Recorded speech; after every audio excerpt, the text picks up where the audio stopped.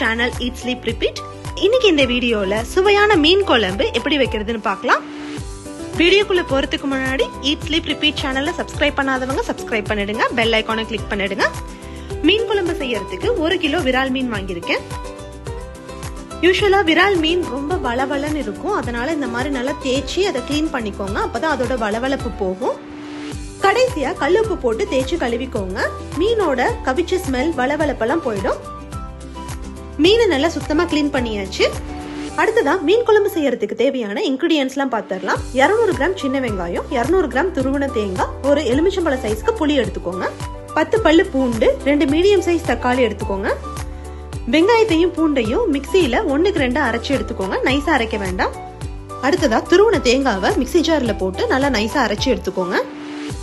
அடுத்ததா புளிய ஊற வச்சிருங்க. புளி நல்லா ஊறினதுக்கு அப்புறம் அதை கரைச்சி ஒரு வடிகட்டியில ஃபில்டர் பண்ணி எடுத்துக்கோங்க, அப்பதான் அதுல இருக்கிற தோல் எல்லாம் நம்ம எடுத்துடலாம். புளிய கரைக்கும் போதே ஒரு 400 ml கிட்ட தண்ணி ஊத்தி கரைச்சுக்கோங்க.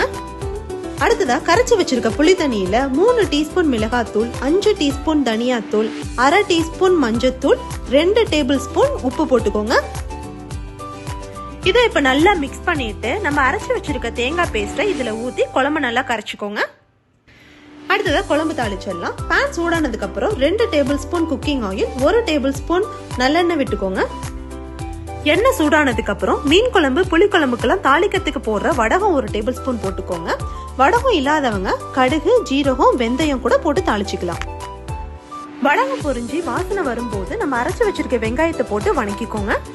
வெங்காயம் லைட்டா வணங்கினதுக்கு அப்புறம் அரைச்சு வச்சிருக்க பூண்டையும் போட்டு வணக்கிக்கோங்க.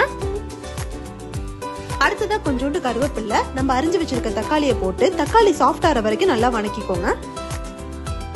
அடுத்ததா கரைச்சு வச்சிருக்க குழம்பு இதுல ஊத்திடுங்க. இதை ஒரு தடவை மிக்ஸ் பண்ணிட்டு மூடி வச்சிருங்க. குழம்பு நல்லா கொதிக்கணும். பாருங்க, குழம்பு கொதிச்சிட்டு இருக்கு. இந்த ஸ்டேஜ்ல நம்ம மீனை ஆட் பண்ணிடலாம். இருக்கிறதுலே பெரிய பீஸ் மீனா பார்த்து ஃபர்ஸ்ட் ஆட் பண்ணிக்கோங்க. நான் தலையை ஆட் பண்ணிக்கிறேன். பீஸ் பெருசா இருக்கிறதுனால நார்மல் பீஸை விட இது வேகத்துக்கு கொஞ்சம் டைம் எடுக்கும், அதனாலதான் ஃபர்ஸ்ட் ஆட் பண்ணிக்கிறோம். 2 நிமிஷம் கழிச்சு மத்த பீஸ் எல்லாத்தையுமே குழம்புல போட்டுருங்க. மீன் குழம்புல கரண்டி வச்சு கிண்டுனா பீஸ் எல்லாம் உடைஞ்சிரும், அதனால பேன் இப்படி லைட்டா ஆட்டி விட்டா பீஸ் எல்லாம் குழம்புக்குள்ள போயிடும். 2ல இருந்து 3 நிமிஷம் வரைக்கும் குழம்பு கொதிச்சா போதும், மீன் பீஸ் எல்லாம் வெந்துடும். இதுல இப்ப கொத்தமல்லி தழைய தூவி விட்டுருங்க. அவ்வளவுதான், மீன் குழம்பு ரெடி ஆயிடுச்சு. பாருங்க, சுவையான விரால் மீன் குழம்பு ரெடி ஆயிடுச்சு. நீங்களும் இந்த ரெசிபியை வீட்ல ட்ரை பண்ணி பாருங்க. உங்களோட ஃபீட்பேக் எனக்கு கமெண்ட்ல சொல்லுங்க. மறக்காம ஈட் ஸ்லீப் ரிப்பீட் சேனலை சப்ஸ்கிரைப் பண்ணிடுங்க. அடுத்த வீடியோல சந்திக்கலாம். தேங்க்யூ.